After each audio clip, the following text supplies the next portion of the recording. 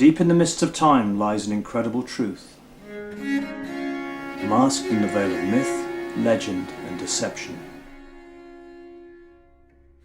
That truth has been intentionally buried by over 2,000 years of political and religious intrigue.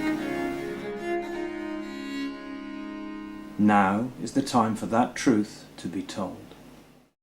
Well, as you probably know, the great mysterium, the mystery at the heart of Britain is the whole story about the Holy Grail, the concept of Joseph of Arimathea coming from the east, bringing with him the cup that had held the blood of Christ, and bringing it to Britain and hiding it, and Britain being blessed as long as that cup was there. Underneath that story, there's another story which hasn't been told, but which is recorded in the ancient texts if you look for it. There's been a lot of speculation in recent years about what they call the Grail lineage, the holy blood that descends from the family of Jesus. And there shouldn't really be any wonder about this because it's actually recorded in ancient British Welsh documents. They tell us very clearly that there was a marriage between someone called Jenw Issa and Arviragus. Arvus means lowland. Ragus comes from king, the king of the lowland. That would be England. And Jenw Issa, genus, means family. Issa, female form of Issus. Issus is Jesus. So, family of Jesus. A lady from the family of Jesus married a king of England. That king of England is Belin, and Anna, who was this blood relative of the Virgin Mary, I believe to be either a daughter or granddaughter of Joseph of Arimathea, who tradition tells us was a brother of the Virgin Mary. And he's the one who brought the body of Jesus down from the cross and had him buried in his own tomb, and is supposed to have come to Britain bringing with him the Holy Grail. Well, if you trace the descents of the kings and the saints of Glamorgan and other parts of Wales, nearly all of them have a line going back to this marriage of Beli and Anna.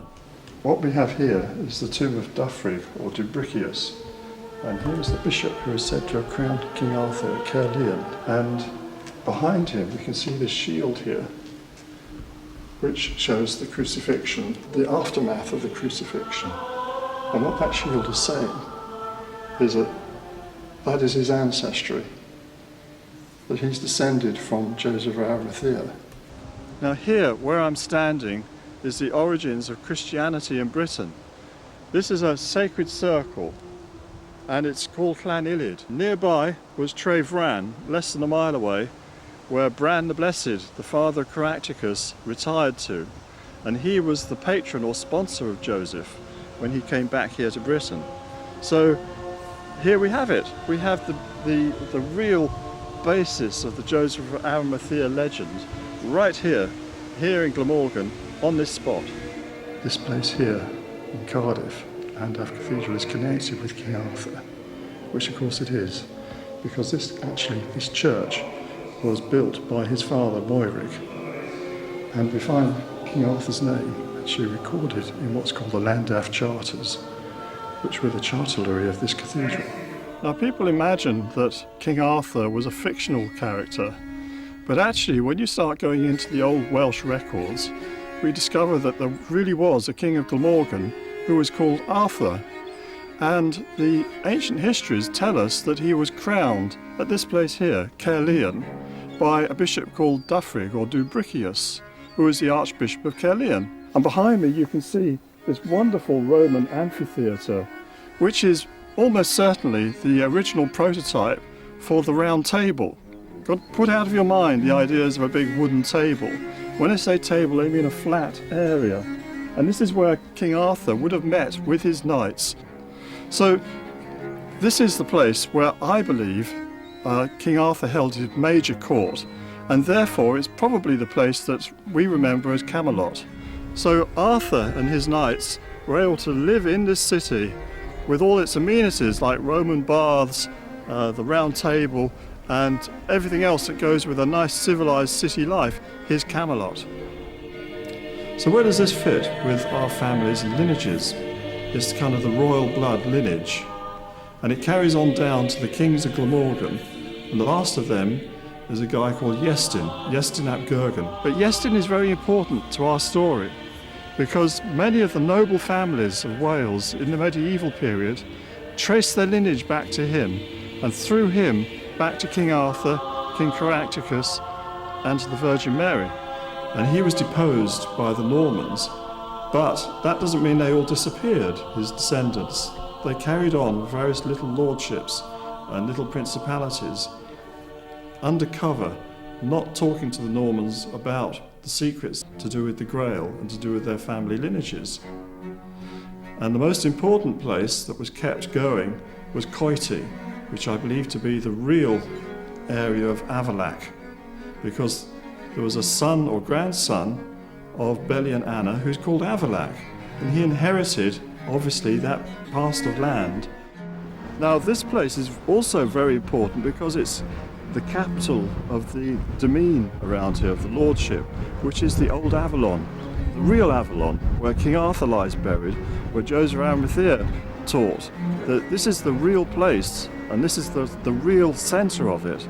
And the secrets that were preserved here at the time of 1584 were transferred to the Rosicrucian lineage, which leads directly to Diana in the modern day and to Prince William. Right, well, we're inside Coiti Church, and I'm standing in front of a unique piece of furniture. In fact, I don't think there's another object like this in the world. It goes back, the panels on it, to the late 15th century. But notice here, you have the Calvary cross, and you have the crown of thorns hanging from it. That's the original Rosicrucian symbol. The thorns being thought to be roses, rose thorns, that were placed on his head. And then you've got here probably the hammer and the tools, the tongs here used to pull the nails out. These would have been the tools used by Joseph, and the 3 nails on the shield. That represents the family. So I believe that this chest here is actually a reliquary, and very possibly connected with Joseph of Arimathea himself, or if not with him, with people who believed they were descendants of his. In other words, the Grail dynasty. So they are, through that lineage, linking right back to Iestyn ap Gurgen, the last king of Glamorgan, back through the saints, back to the Virgin Mary's family, the Grail lineage. When Prince William comes onto the throne of England, as he will do, he will be the first of that lineage to sit on that throne since the time of King Arthur.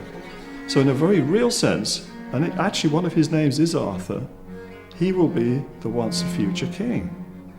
This is a startling fact, because the hope of the Rosicrucian lineage is that one day the flowering bough, the briar rose of Britain, will throw out a flower like Jesus, or a Grail knight of great standing. This is the hope and the belief. And this is the great secret at the core of what you might call the British mysteries.